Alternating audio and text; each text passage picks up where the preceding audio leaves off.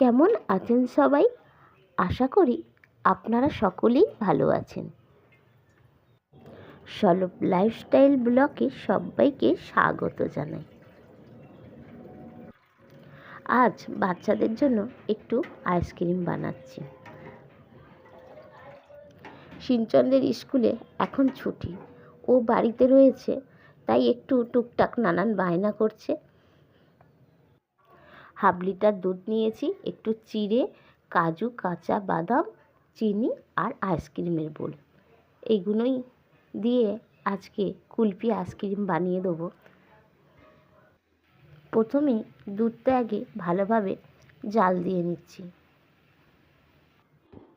দুধ ভালোভাবে ফুটে গেছে, এবার যে চিনিটা রেখেছিলাম ওটা দিয়ে দিলাম। কাজু আর কাঁচা বাদাম একটু গুঁড়ো করে নিচ্ছি, দুধের মধ্যে দিয়ে দেব। এই যে আমি ফুটন্ত দুধের ওপর কাঁচা বাদাম আর কাজু দিয়ে দিলাম। আরও 10 থেকে 15 মিনিট ফোটাবো, যাতে একটু ক্রিমের মতো হয়ে যায়। এবার আমি গ্যাসটা বন্ধ করে দিলাম, ঠান্ডা করতে দিয়েছি। ঠান্ডা হয়ে গেলে তারপরে আমি দিয়ে দেবো, আইসক্রিমের বোলের মধ্যে দিয়ে দেবো। আইসক্রিমের বোলগুলো একদিকে খুবই সুবিধা যে এর মধ্যে কোনো কাঠি ব্যবহার করতে হয় না। আপনি যতটুকু পছন্দ দুধ দিয়ে আর মুখটা এঁটে দিলে অনায়াসে ফ্রিজের মধ্যে আপনার বরফ জমে যাবে। আইসক্রিমের বোলগুলোতে পুরো ফোটানো দুধ দেওয়া হয়ে গেছে। একটি লাইনে আমি চিড়ে ব্যবহার করছি। একজন বলেছে আমি চিড়ের আইসক্রিম কখনো খাইনি, তাই একটা লাইনে আমি চিড়ে দিয়ে মুখটা বন্ধ করে দিয়েছি, আর একটা লাইনে আমি শুধু ফোটানো দুধ ব্যবহার করছি। আর একটু দুধ বেঁচেছিল, সেইটা আমি দুটো চায়ের কাপে দিয়ে ফ্রিজে দিয়ে দেবো। ফ্রিজের মধ্যে আইসক্রিমের বোলটা রেখে আসি। চলুন, এই দেখুন ফ্রিজের মধ্যে আমি রেখে দিলাম। আইসক্রিম হতে 5 থেকে 6 ঘন্টা এখন ফ্রিজের মধ্যে রাখা থাক। আজকে আমি এবার দুপুরের রান্নাটা করে নিই। আজকে আমাদের দুপুরের মেনু হচ্ছে জ্যান্ত মাছের পাতলা ডাঁটা দিয়ে ঝোল আর নিম পাতা ভাজা। এই দেখুন মাছগুলো ভাজা হয়ে গেছে, এইবার ডাঁটা আলু ভেজে নিচ্ছি। এখন শিবচন্দ্রের স্কুলে উচ্চ মাধ্যমিক পরীক্ষা হচ্ছে, তাই 2 সপ্তাহ ছুটি দিয়েছে, বাড়িতেই রয়েছে। এবার গরমের সময় একটু আইসক্রিম কিনে খাচ্ছি, তাই আমি ভাবলাম বাড়িতেই যদি একটু আইসক্রিম বানিয়ে দিই, টুকটাক ইচ্ছা মতো নিয়ে খেতে পারে। ডাঁটা আলু ভাজা হয়ে গেছে, এবার আমি মাছগুলো দিয়ে দিচ্ছি।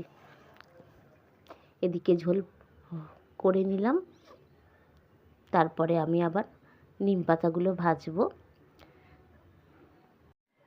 নিম পাতা আমাদের বাড়িতে সবাই পছন্দ করি, আমরা 3 জনে। আর নিম পাতা ভাজলে আলু ভাতে তো দিতেই হবে। আলু ভাতে দিয়ে নিম পাতা আমাদের বাড়ির সবার পছন্দের খাবার। নিম পাতা ভাজলে ঘরে যে একটা সেন্ট ছাড়ে, খুব ভালো লাগে ওই সেন্টটা, দারুণ লাগে কিন্তু। আর সারা বাড়ি যেন গন্ধে যেন একদম ভরে ওঠে নিম পাতার। কথা বলতে বলতে নিম পাতাগুলো আমার ভাজা হয়ে গেছে। এবারে আমি দেব একটু কাঁচা তেল আর নুন, এইটা দিয়েই আমি ভালো করে নেড়ে রেখে দেব। বসন্তকালে এই নিম পাতাটা খেতে হয়, না হলে হাম পক্স হয় শুনেছি। আর নিম পাতা তো একটা ওষুধের মতনই ব্যবহার করা হয়। চলুন, নিম পাতা আমার ভাজা হয়ে গেছে, এই দেখুন নামিয়ে নিয়েছি। এবার আমরা দুপুরের খাওয়া দাওয়া সেরে নিই। চলুন, নিম পাতাটা আলু দিয়ে মেখে নিচ্ছি। দুপুর এখন প্রায় 1:30 বাজে। চলুন সিনচনকে দিয়ে দিয়েই আজকে দুপুরের মেনু ডাঁটা আলু দিয়ে পাতলা ঝোল আর নিম পাতা ভাজা। চলুন, দুপুরের খাওয়া দাওয়া সেরে চলে এসেছি আমি ফ্রিজে দেখতে আইসক্রিমটা কতটা জমলো। চলুন, আইসক্রিম জমে গেছে। এবার আমি সব বাচ্চাদেরকে ডেকে আইসক্রিম দেব।